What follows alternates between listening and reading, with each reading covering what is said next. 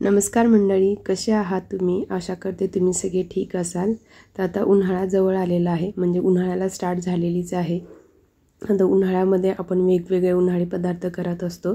तर तसाच आज आपण इथे एक पदार्थ पाहणार आहोत. तर आपण जे आहे बाजरीपासूनचे सांडगे बनवणार आहोत. तर बघू शकता इथे मी 1 वाटी बाजरी घेतलेली आहे. तर आज आपण 1 वाटी बाजरीपासूनचे खूप छान खमंग असे टेस्टी सांडगे बनवणार आहोत, जे की आपण तळूनही खाऊ शकतो किंवा असंच खाल्ले तरी ते खूप छान लागतात. तर सुरुवातीला आपल्याला काय करायचं आहे, आता इथे मी एकाच वाटीपासून बनवणार आहे. तर 1 वाटी मी इथे बाजरी स्वच्छ करून घेतलेली आहे. तर आपल्याला बाजरी सुरुवातीला भाजून घ्यायची आहे. म्हणजे तुम्ही भाजून घेऊ शकता किंवा तुम्ही डायरेक्ट दळून पण आणू शकता. पण कसं होतं, बऱ्याचदा आपण जेव्हा सिटीत राहत असतो तेव्हा मग आपल्याला दळून आणता येत नाही किंवा मग मला थोडंसंच बनवायचं होतं. तर म्हटलं थोड्याशासाठी मी दळून तर नाही आणू शकत, तर मी घरी मिक्सरमध्येच बारीक करेल. तर त्यासाठी मी काय केलं आहे, ते बाजरी भाजून घेत आहे, जेणेकरून मिक्सरवरती पटकन ती बारीक होईल. आणि आपल्याला खूप असं बाजरीची आहे पीठ करायची नसेल, जसं आपण म्हणजे एकदम पिठासारखी तिला न दळता एकदम जाडसर अशी रव्यासारखी दळावी लागते. तर ते मिक्सरवरती इझिली होते. तर इथे आपली बाजरीची आहे छान अशी भाजून झालेली आहे. भाजल्यामुळे काय होईल, ती पटकन भरडली जाईल किंवा बारीक होईल, यासाठी मी ते भाजून घेतलेले आहे. तुमच्याकडे जास्त प्रमाणात जर तुम्हाला सांडगे किंवा पापड्या करायचे असेल तर तुम्ही त्याला गिरणीतून दळून आणू शकता. एकदम जाड असं तुम्हाला तिथे दळून मिळू शकतं. आता इथे आपली बाजरी भाजून झालेली आहे. थोडा वेळ आपण त्याला थंड होऊ देऊयात. तर आता थंड झाल्यानंतर आपण याला मिक्सरमध्ये बारीक करून घेऊया. तर 1 वाटी असल्यामुळे मी ती पूर्णच मिक्सरमध्ये बारीक करून घेत आहे. तर थंड झाल्यानंतरच बारीक करायची आहे. तर त्याच्यामध्ये बारीक करताना मी सुरुवातीलाच थोडेसे जिरे घातलेले आहेत, जेणेकरून ते पिठामध्ये चांगले मिक्स होतील आणि छान असं खमंग त्या पिठाचा असा वास येईल. तर इथे आपली बाजरी दळून झालेली आहे, मिक्सरमध्ये बारीक करून झाली आहे. तर मी आता तिला चाळणीने थोडंसं चाळून घेते, जेणेकरून जे काही जाडसर खूप राहिलं असेल तर ते आपण काढून टाकूयात.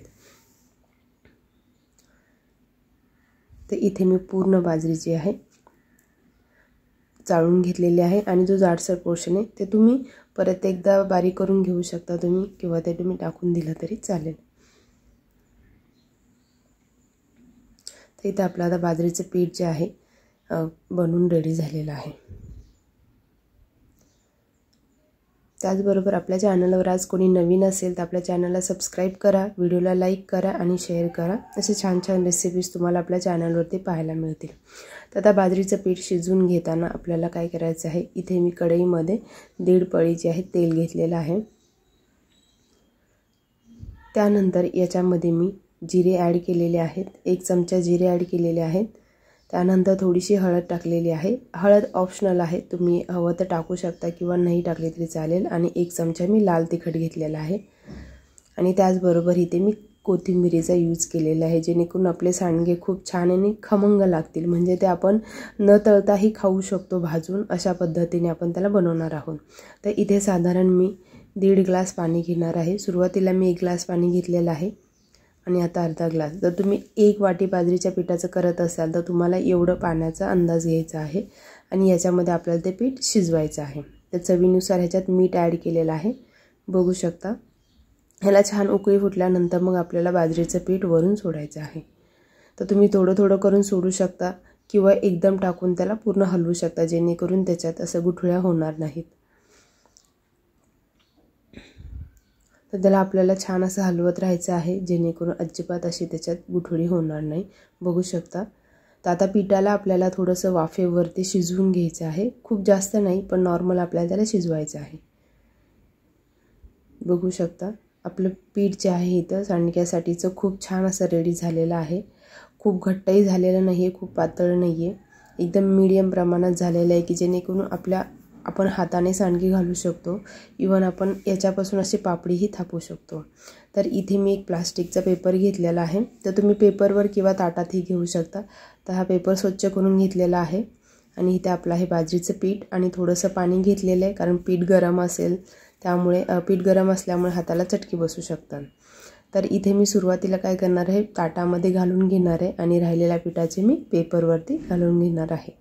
तर बघू शकता अशा पद्धतीने आपल्याला सांडगे बनवायचे आहेत आणि खायला खूप खमंग लागतात. हे एकदम टेस्टी लागतात आणि तुम्ही हवं तर ह्याच्यामध्ये तीळ वगैरे घालू शकता, त्याने तर अजूनच छान असा खमंग वास येतो.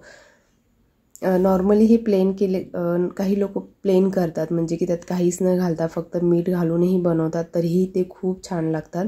आणि तुम्ही अजून काही मसाले घातले तर ते अजून खायलाही खूप टेस्टी लागतात. कच्चे शेंगदाण्यासोबत तर खूप छान लागतात. तर बघू शकता इथे आपले पूर्ण असे एका वाटीमध्ये एवढं असे सांडगे झालेले आहेत. तर आजच्या दिवसामध्ये एक पूर्णतः वाळलेले नाही आहेत, पण नॉर्मल ते कडक झालेले आहेत बघू शकता. तर मला आता हे बनवण्यासाठी साधारण 2 दिवस लागले, कारण एका दिवसात बनवून झाले, पण ह्याला चांगलं वाळवलं पाहिजे जेणेकरून ते खराब होता कामा नये, कच्चं राहिलं नाही पाहिजे. बघू शकता. तर इथे आपले नॉर्मल सुकलेले आहेत ते, पण पूर्ण सुकलेले नाही आहे, त्यामुळे आपल्याला अजून दुसऱ्या दिवशी त्याला एक चांगलं कडक ऊन द्यावं लागणार आहे आणि त्याच्यानंतरच मग ते प्रॉपर होतील. तर आज आहे दुसरा दिवस. तर तुम्ही बघू शकता एकदम कडक असे आपले वाळलेले आहेत, एकदम प्रॉपर आपले सांडगे रेडी झालेले आहेत. तर मी काही सांडगे तुम्हाला इथे तळून दाखवते, तळल्यानंतरही खायला तेवढेच खमंग आणि टेस्टी लागतात. तर इथे मी कढई तेल ठेवलेलं आहे, तर तेलही आपलं छान गरम झालेलं आहे बघू शकता. तर याला जास्त आपल्या तळायची गरज नाही, ते लगेच तळले जातात. इव्हन तुम्ही एवढ्या तेलात किंवा एवढ्या तेलापेक्षाही खूप कमी तेलामध्ये पण तळू शकता. नॉर्मल तुम्ही तेल टाकून त्याच्यावरती भाजू शकता, ते खायला खूप छान आणि खरपूस असे लागतात. बघू शकता खूप छान इथे आपले सांडगे जे आहेत तळून रेडी होत आहेत आणि याच्यासोबत आपण कच्चे शेंगदाणे खाऊ शकतो. तर अशा प्रकारे ते आपले सगळे सांडगे जे आहे रेडी झालेले आहेत. तर बाजरीपासून अजून आपण खूप काही वेगळे पदार्थ बनवू शकतो, जसे की पापड्या आहेत. पापड्याही खूप सुंदर लागतात. तर तुम्हाला माझी रेसिपी कशी वाटली कमेंट करून नक्की सांगा. आणि आपल्या चॅनलवर कोणी नवीन असेल तर आपल्या चॅनलला सबस्क्राईब करा, व्हिडिओला लाईक करा. Thank you guys.